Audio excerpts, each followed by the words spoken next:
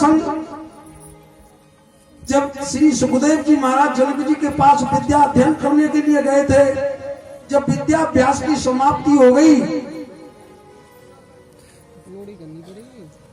तब श्री सुखदेव जी महाराज ने कहा महाराज जनक जी से, सुखदेव जी के गुरु जनक जी थे।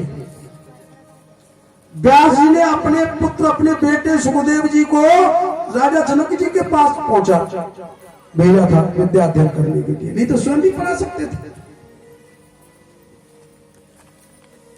लेकिन पराकाष्ठाएं अलग होती है, सिद्धांत अलग होते हैं।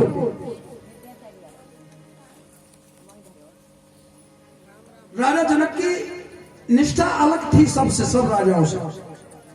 और गीता शास्त्र में केवल एक राजा जनक का ही नाम आया है राजाओं में, कर्मणि भी संसिद्ध मास्ता जनकादय लोक संग्रह में वापा, कि राजा जनक ने कर्म योग के द्वारा सिद्धियों को प्राप्त किया, राजा जनक जी का ही नाम आया। एक बार ऐसा हुआ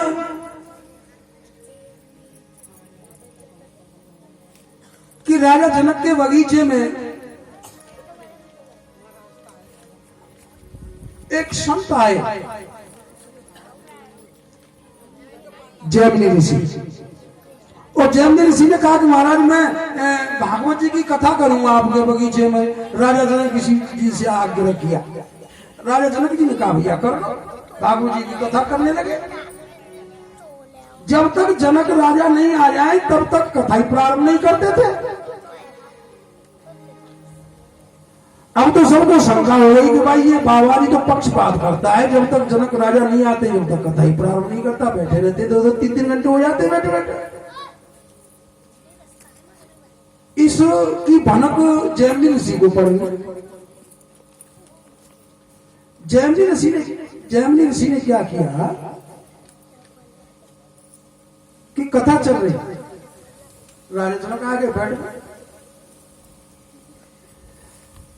अपनी योग दृष्टि का प्रदर्शन किया कि पहले पश्चिम में आग लगी, शोर मचा, आग लगी तो पश्चिम दिशा वाले दौड़ पड़े अपनी अपनी झोपड़ी को बचाने के लिए। फिर योग से दिखाया, योग का प्रदर्शन किया, पूर्व में लग गई, पूर्व वाले बाज गए, दक्षिण में लगी दक्षिण वाले बाज गए, उत्तर में लगी उत्तर वाले बाज गए, चारों दिशाओं से बाज गए। जब जाके देखे तो कुछ नहीं, लौट के आ गया। वो तो दिखावा था ना, स्वप्न जैसा। लौट के आ गया, फिर कथा का श्रवण करो। तब जैमिनी ऋषि ने कहा देखो भाई, तुम्हारी तो एक झोपड़ी जल रही होगी, एक कुटिया जल रही होगी, एक घर जल रहा होगा।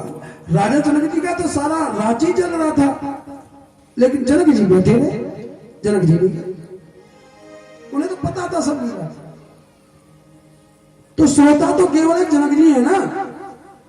तुम्हें तो किसी के अपने घर की पड़ी है, किसी को परिवार की, किसी को अपने पुत्र की, किसी को अपनी पुत्री की, किसी को पत्नी की, किसी को घरवार की।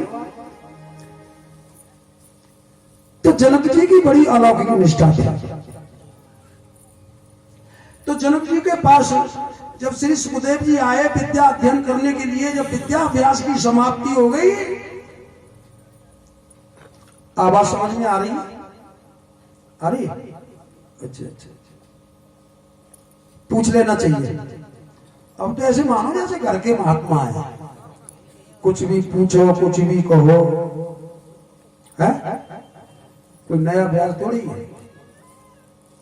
बहुत कथाएं हो गई, बहुत होती रहेंगी, संकोच मत करो। बोलिए वृंदावन बिहारी लाल की जय, जय श्री राधेश्याम।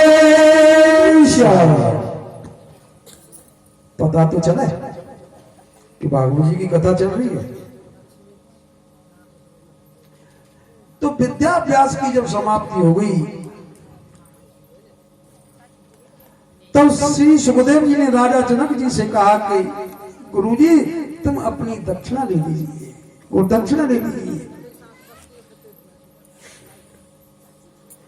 कई बार का एक लंगोटीधारी साधु और एक भारी भरकम राजा से कह रहा है, जनक जैसे राजा से कह रहा है कि महाराज दक्षिणा ले लो और जो मांगेंगे सो दूंगा। ऐसा नहीं, मांगो सो दूंगा। राजा जनक ने कहा देखो, श्री सुखदेव जी महाराज से कहा कि मैं जो मांगूंगा सो देना पड़ेगा। हाँ वही देंगे महाराज। तो राजा जनक ने गुरु दक्षिणा में क्या मांगा? राजा जनक जी ने कहा श्री सुखदेव जी महाराज से कि व्यास नंदन ऐसी दक्षिणा दो मेरे लिए, ऐसी वस्तु ला करके दो, ऐसी वस्तु ला करके दो जो किसी के भी काम की नहीं हो, बिल्कुल उच्छृत डिस्पोजल, बिल्कुल बेकार की हो, किसी के काम की नहीं हो।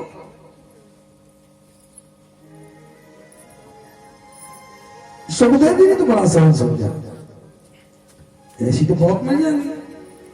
सबसे पहले ईंट को उठाया, ईंट में से आवाज आई मेरे तो बहुत काम है, बिना काम का कैसे मान लिया? मकान बनाए जाते हैं, पुल बनाए जाते हैं, मंदिर बनाए जाते हैं, मेरे तो बहुत काम है।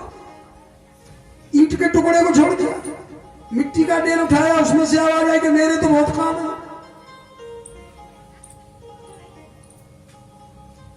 मकान बनाए जाते हैं, चूल्हे बनाए जाते हैं, और ज्यादा तो क्या कहें, गणेश जी की पूजा करती है तो हमारी जरूरत पड़ती है। मिट्टी बिना काम की कैसे समझ ली?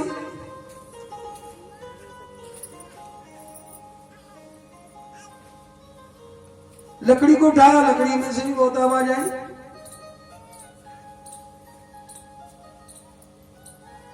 अब तो जितना दक्षिणा देना सरल समझाता उतना ही कठिन पड़ गया। भाई अब क्या करें?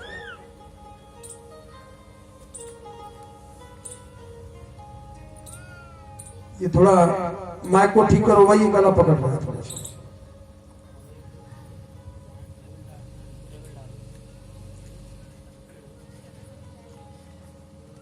या तो माइक बदलिए या कोई और कोई कारण होगा।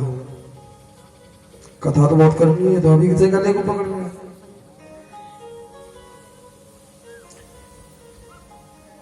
तो जितना सरल समझाता उतना कठिन पड़ गया श्री सुखदेव जी को। फिर ध्यान आया पीछे कि ये शरीर का जो अहंकार है कि मैं सुंदर हूं, मैं गोरा हूं, मैं तगड़ा हूं, मैं पहलवान हूं, मैं लंबा हूं, मैं मोटा हूं, तगड़ा हूं, ये जो शरीर का अहंकार है ये किसी के भी काम का नहीं है। बताओ किसी के काम का हो तो बताओ, बेकार का।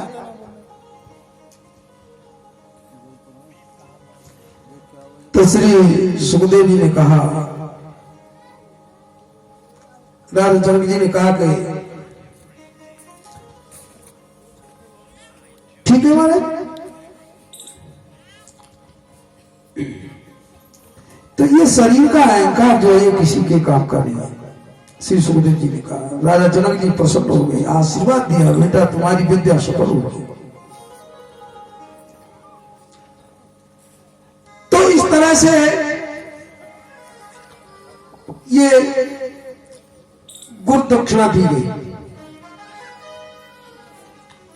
देख लो, बड़ा कठिन था। और इसी प्रकार का प्रसंग आता है जब सत्यवान का समय आ गया, यमराज लेकर के चले, तो सावित्री पीछे पीछे चली। यमराज ने कहा, सावित्री तुम पीछे क्यों चली आ रही हो? तुम्हारे जो पति महाराज है इनका तो समय आ गया है,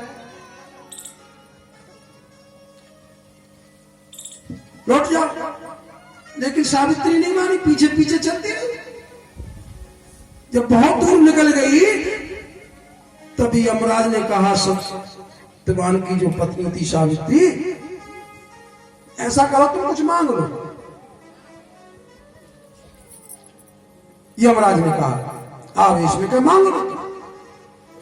तो सावित्री ने एक ऐसी चालाकी की कि एक वरदान में 3 वरदान मांग ली। वरदान तो एक ही है पर 3 वरदान छुपे हुए।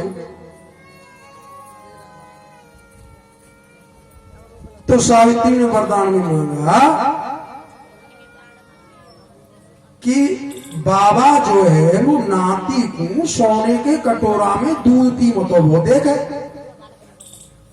क्योंकि ससुर जन के अंधे थे, घर में गरीबी थी, लकड़ी काट करके जीवन यापन किया करते थे। सोने का कटोरा आ जाएगा, गरीबी दूर हो